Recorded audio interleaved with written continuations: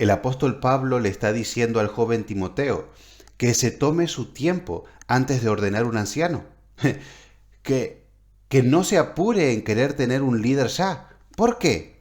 Tres argumentos hay en nuestro texto. Es fácil entender por qué Primera de Timoteo entra dentro de la categoría de las cartas pastorales. Ya hemos visto en el capítulo 3 las características que debe tener un pastor. Y nuestros últimos mensajes parecen una miniserie sobre el tema pastoral. Hemos respondido a las preguntas: ¿cómo honrar al pastor? Segundo, ¿cómo reprender al pastor? Y hoy veremos cómo elegir al pastor. Aquí también se ven dos extremos que debemos evitar. Por un lado están los que para elegir al ministro necesitan un sueño, una visión o una voz audible del cielo que lo confirme. Y en el otro extremo, los que esperan recibir el título de anciano, pastor u obispo en un instituto, como un título universitario, que el simple hecho de ser teólogo te califica, sin ser llamados por el Señor. Otra vez veremos en nuestra meditación de hoy que la Biblia nos marca un camino para que no caigamos en extremos pecaminosos.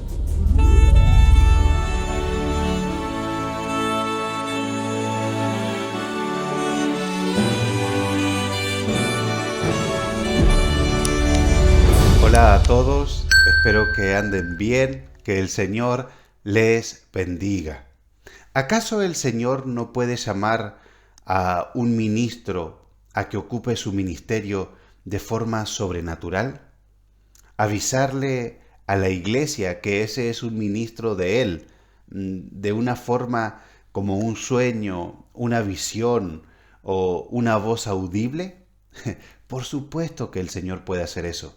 El Señor es todopoderoso, Él puede hacer lo que quiera. Sin embargo, en la Biblia nunca dice que este sea el único medio o el más común que Dios use para llamar a un anciano, pastor u obispo al ministerio. De hecho, tenemos en el capítulo 3 de 1 Timoteo una consigna clara y resaltada como una verdad obvia y fundamental del cristianismo, porque comienza con esta fórmula: palabra fiel.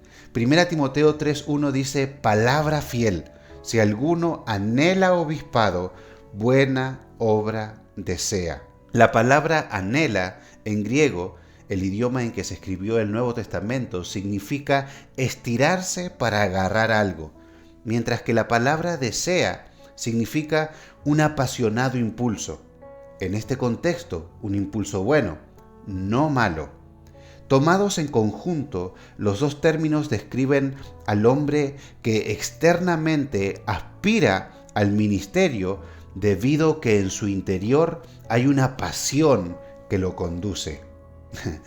Obviamente que esta pasión, este deseo, es fruto del Espíritu Santo, algo que un título de pastor o un título de teólogo dado en una universidad o instituto nunca podrá producir.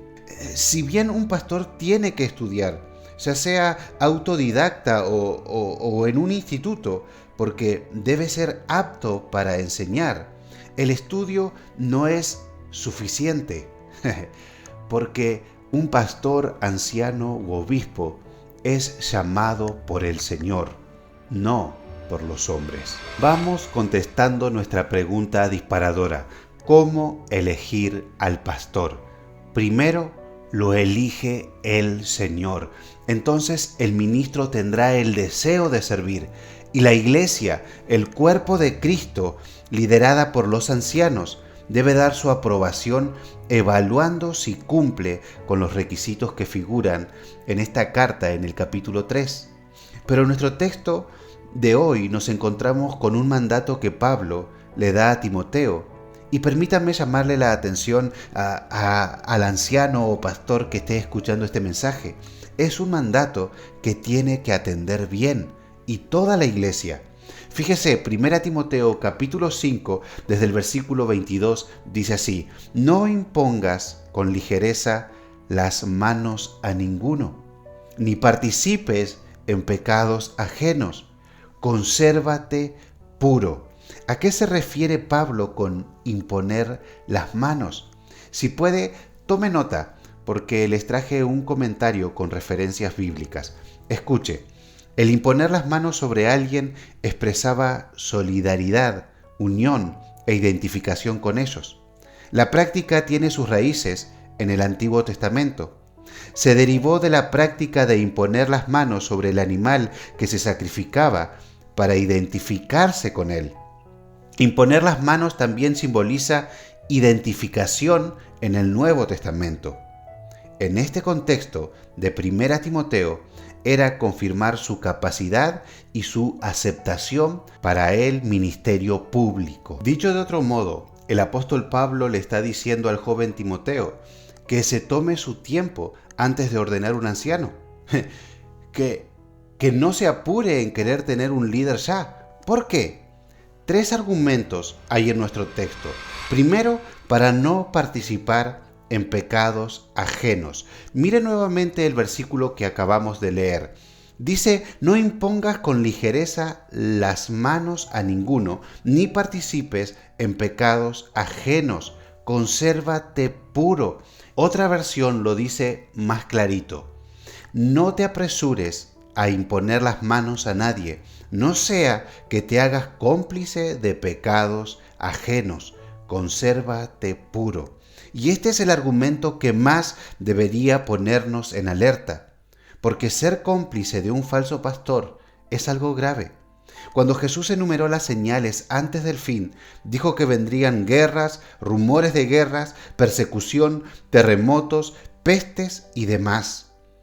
Pero más malo y dañino son los falsos cristos, los muchos falsos profetas que se levantarán en el último tiempo, de lo que en esta carta ya le viene advirtiendo Pablo a Timoteo, que el Espíritu dice claramente que en los postreros tiempos algunos apostatarán de la fe, escuchando a espíritus engañadores y a doctrinas de demonios. ¿Y por qué les digo que es lo más malo o lo más peligroso? Porque si has escuchado la doctrina correcta, el Evangelio, y lo has creído, tienes vida eterna. Estás en unión con Cristo, le perteneces, Él te guardará de la apostasía. Pero si estás en una congregación liderada por un falso maestro, por un falso pastor, si estás siguiendo sus enseñanzas falsas, no el Evangelio, vas rumbo al infierno, pensando que vas al cielo. Un terremoto, una peste como el COVID, una guerra, puede matar tu cuerpo, pero no tu alma. Si eres de Cristo, aunque mueras, eres más que vencedor.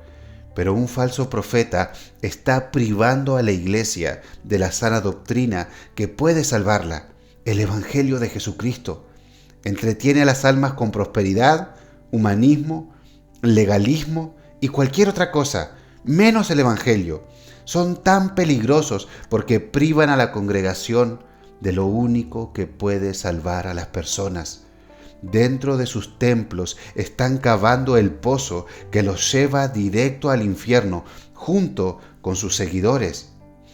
¿Quieres ser cómplice de un falso pastor?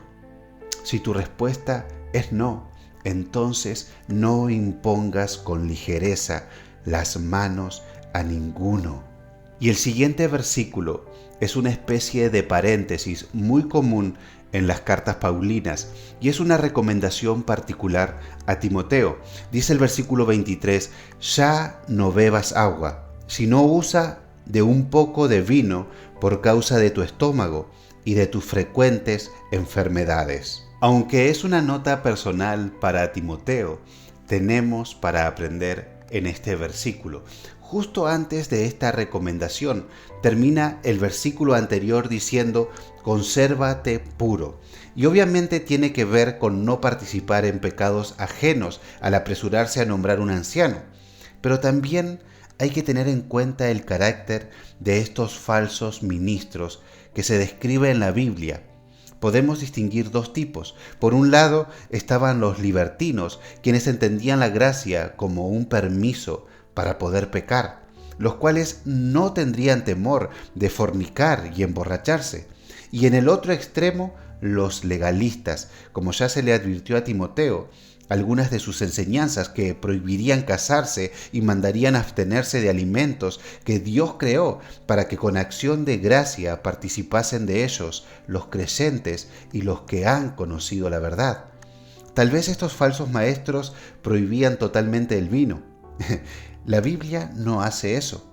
Sí asegura que los borrachos no heredarán el reino de los cielos, pero no cae en el extremo de prohibir totalmente el alcohol.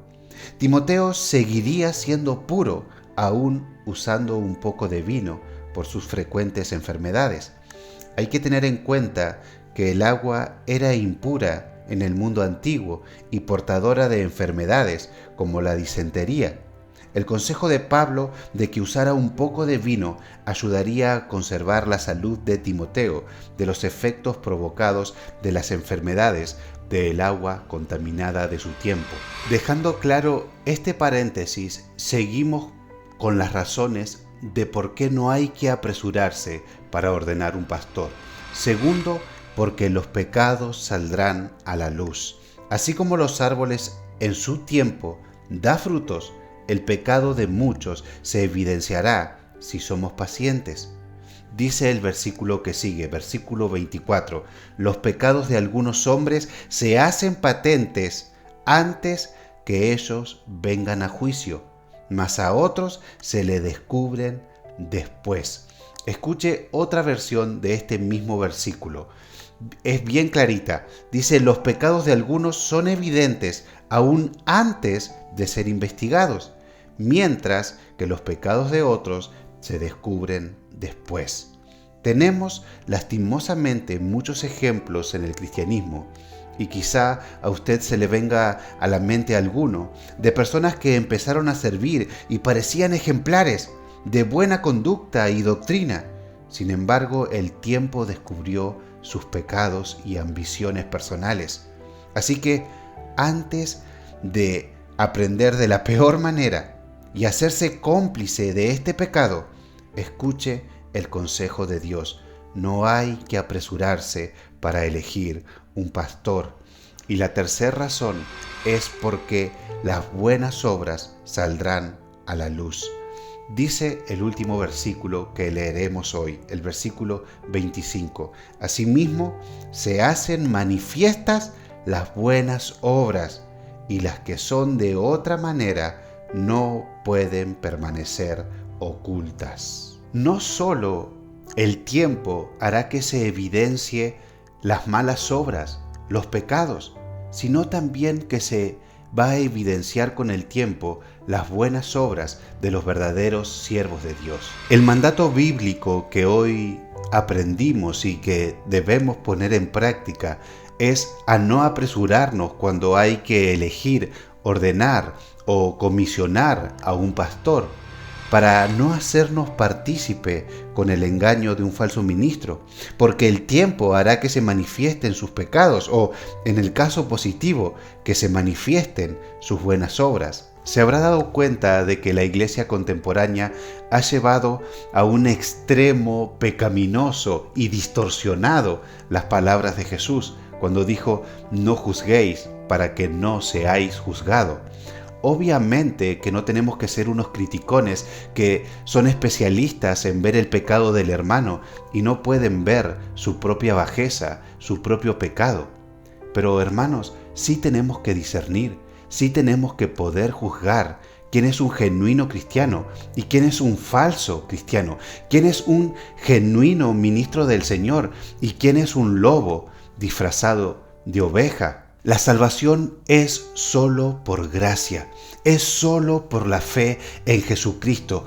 Esta es la puerta estrecha, pero evidencia de que alguien ha pasado por esa puerta estrecha es que ahora anda en el camino angosto. Lo dijo nuestro Señor Jesús en el mismo capítulo que dijo: no juzguéis para que no seáis juzgados. Por los frutos los conoceréis.